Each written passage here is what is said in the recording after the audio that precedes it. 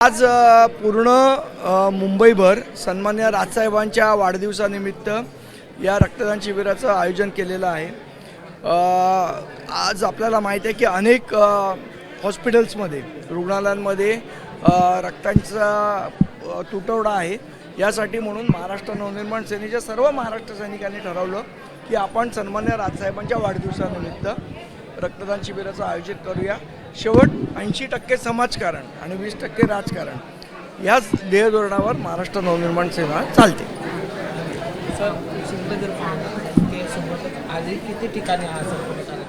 आज ह्या पूर्ण नुसतं आजच्या दिवशीच नाही तर येणारा संपूर्ण आठवडा महाराष्ट्राच्या मुंबईच्या पण नाही महाराष्ट्राच्या विविध ठिकाणी रक्तदान शिबिराचं आयोजन करण्यात आलेलं आहे। आज जवळजवळ 101 ठिकाणी मुंबईत झालेलं आहे। उद्या होईल, परवा होईल, अनेक दिवस हा पूर्ण आठवडा हे आयोजन करण्यात आलेलं आहे। त्यांच्यासोबत तुमच्या युतीच्या चर्चा सुरू होत्या, त्या संजय राऊतांनी सुद्धा आज राज ठाकरेंना वाढदिवसाच्या शुभेच्छा दिल्या। पहिली तर गोष्ट अजयजी मी आपल्याला अतिशय स्पष्ट करतो की त्यांच्याबरोबर आमच्या युतीच्या चर्चा झाल्यात असा खोटा समज आपण पसरू नये ही माझी तुम्हाला नम्र विनंती आहे। आशावादी आहेत असं त्यांनी नाही ते असतील, पण बोलताना जेव्हा प्रश्न तुम्ही विचारता तेव्हा तुम्ही म्हणता की ज्यांच्याबरोबर युतीच्या चर्चा चालू आहेत, म्हणजे हे पहिलं खोटं वाक्य आपण बोलणं बंद करावं अशी माझी आपल्याला नम्र विनंती आहे। एकत्रीकरणाचा विचार काय यामुळे संभ्रम निर्माण होतो तो करण्यात आपण हातभार लावणं ही विनंती आहे। एकत्रीकरणाचा विचार राज ठाकरेंनी दिला आणि त्याचं आम्ही समर्थन केलं आणि आता तेच फडणवीसांची मला असं वाटतं आमच्याकडनं कुठलाही प्रस्ताव दिला गेला नव्हता। राजसाहेब असं म्हणाले होते की महाराष्ट्राच्या हितासाठी सगळ्या मराठी माणसांनी एकत्र यायला पाहिजे। आपल्या सोयीनुसार अर्थ जर कोण काढत असेल तर त्याला आमचा नाईलाज आहे। आमच्याकडनं कुठल्याही युतीचा प्रस्ताव 2025मध्ये तरी दिला गेला नाही। जो दिला होता तो 2014ला दिलेला, 2017ला दिलेला। त्यावेळेला त्यांनी आम्हाला फसवलं, आमच्या पाठीत खंजीर खुपसला। त्यामुळे आम्ही आता दुधाने जीभ भाजल्यामुळे ताकही फुंकून पितो। त्यामुळे आमच्याकडनं कुठलाही प्रस्ताव दिला गेलेला नाही। भास्कर जाधव यांनी माध्यमांशी बोलताना पुन्हा एकदा सकारात्मक प्रतिक्रिया दिलेली आहे। त्यांनी असं म्हटलं की राज ठाकरेंनी सुरुवातीला मुलाखतीमध्ये सकारात्मक प्रतिसाद दिलेला होता। नाही मला असं वाटतं हे बघा एक लक्षात ठेवा आम्ही प्रस्ताव दिलेला नाही।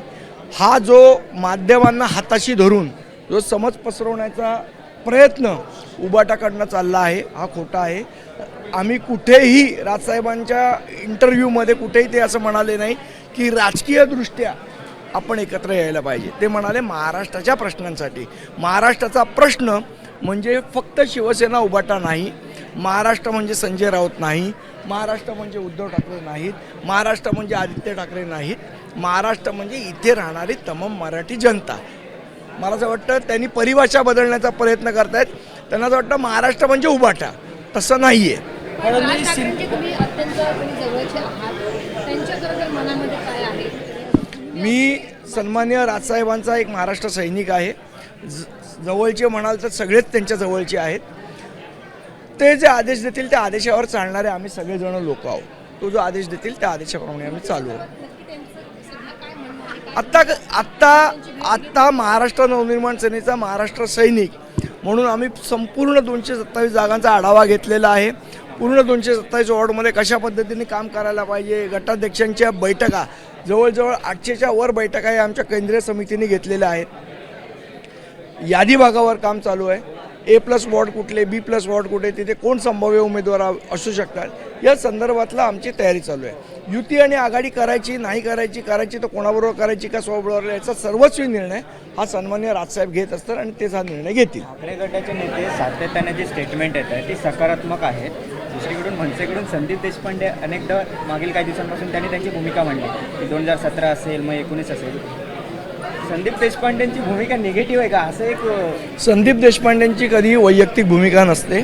मी जेव्हा बोलतोय तर पक्षाचा प्रवक्ता म्हणून बोलतोय आणि जी पक्षाने मला सांगितलं तीच भूमिका मी मांडतोय। सर्वेचा आधार घेतल्याचं म्हणाले की जर दोन्ही ठाकरे एकत्र आले तर 54% मतदान महापालिकेमध्ये दोन्ही पक्षाला मिळू शकतं। तर खरं तर त्यामुळे कुठेतरी दोन्ही ठाकरे एकत्र आले पाहिजे असं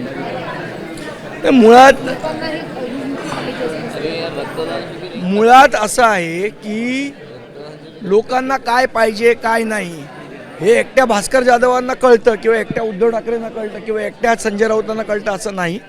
लोकांना काय वाटतं हे सन्मान्य राजसाहेबांना सुद्धा समजतं आणि त्या संदर्भातला योग्य तो निर्णय ते योग्य त्या वेळी घेतील. फडणवीस शिंदे हे बघा, राजसाहेबांना तुम्ही परस्यू करू शकता, त्यांना प्रेशराईज नाही करू शकत. फडणवीस शिंदे भाजप हे महाराष्ट्राचे दुश्मन आहेत आणि महाराष्ट्राच्या दुश्मनांची संपर्क म्हणजे महाराष्ट्राशी परतावणा, असं मत जे ते संजय राऊत यांनी. पुन्हा एकदा मी सांगतो, संजय राऊत म्हणजे महाराष्ट्र नाही. संजय राऊतांचे दुश्मन म्हणजे महाराष्ट्राचे दुश्मन, किंवा शिवसेना उबाटाचे दुश्मन म्हणजे महाराष्ट्राचे दुश्मन, असं व्याख्या होऊ शकत नाही, अशी परिभाषा होऊ शकत.